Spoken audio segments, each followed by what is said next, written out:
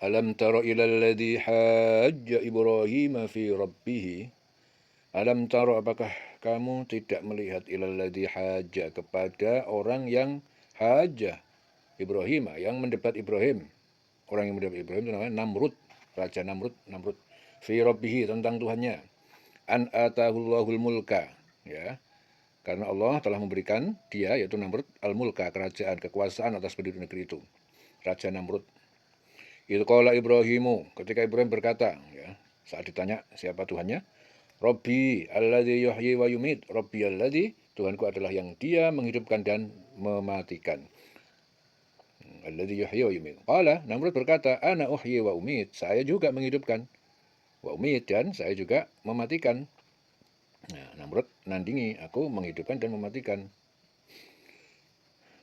Qala Ibrahim berkata, fa innallaha ya'ti bisyamsi minal masyriq, sungguh Allah itu dia mendatangkan matahari dari arah timur, fa'ti biha minal maghrib, maka datangkanlah matahari dari arah barat.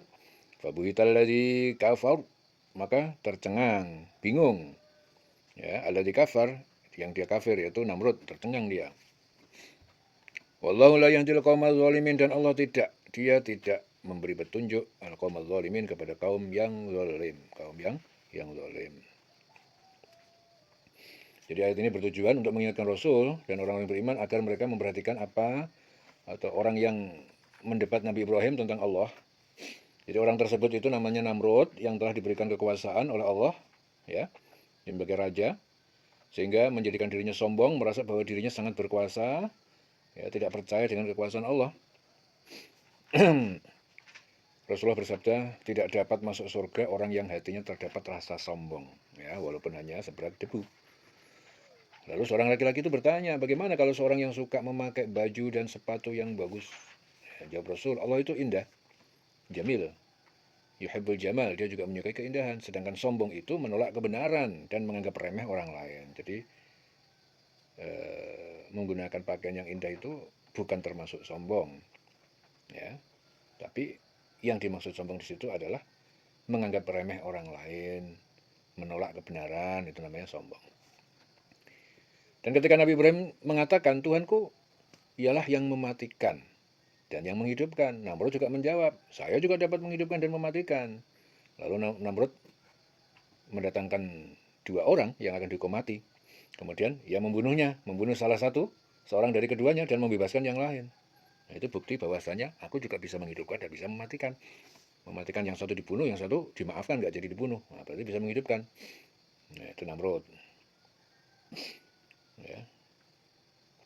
Akhirnya ketika itu akhirnya Nabi Ibrahim berkata, Allah menerbitkan matahari dari timur, sekarang terbitkan dari barat.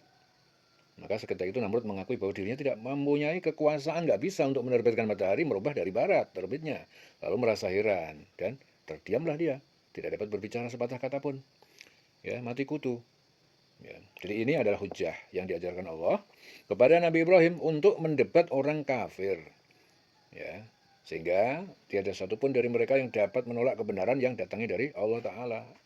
Ya, kan, tetapi mereka tidak mau menerima kebenaran tersebut. Oleh sebab itu mereka termasuk orang yang dolim, dan Allah tidak memberi petunjuk kepada orang yang dolim. Ya, sebagaimana Rasulullah bersabda, sesungguhnya Allah Azza wa Jalla itu menangguhkan azabnya terhadap orang yang dolim. Dan bila mengazabnya, tidak akan luput. Kemudian Rasulullah membacakan doa dalam surah Hud, ya, dalam surah Hud ayat 102. Dan begitulah azab Tuhanmu apabila dia mengadab penduduk negeri-negeri yang berbuat dolim, sesungguhnya azabnya itu adalah azab yang sangat pedih lagi, keras. Itu hadis diriwayatkan Muslim. Jadi Allah itu menangguhkan azabnya terhadap orang yang dolim. Ya, seringkali kita ini melihat orang yang dolim, yang jahat, ya, kok gak diazab-azab, kok gak mati-mati, dawa umure, ya. Orang dolim malah diadab tidak kena musibah, malah seger-seger aja, duitnya tambah akeh. Ya memang konsepnya begitu. Jadi Allah itu memang menangguhkan azab terhadap orang yang dolim, memang ditangguhkan sama Allah. Itu karena kebaikan Allah.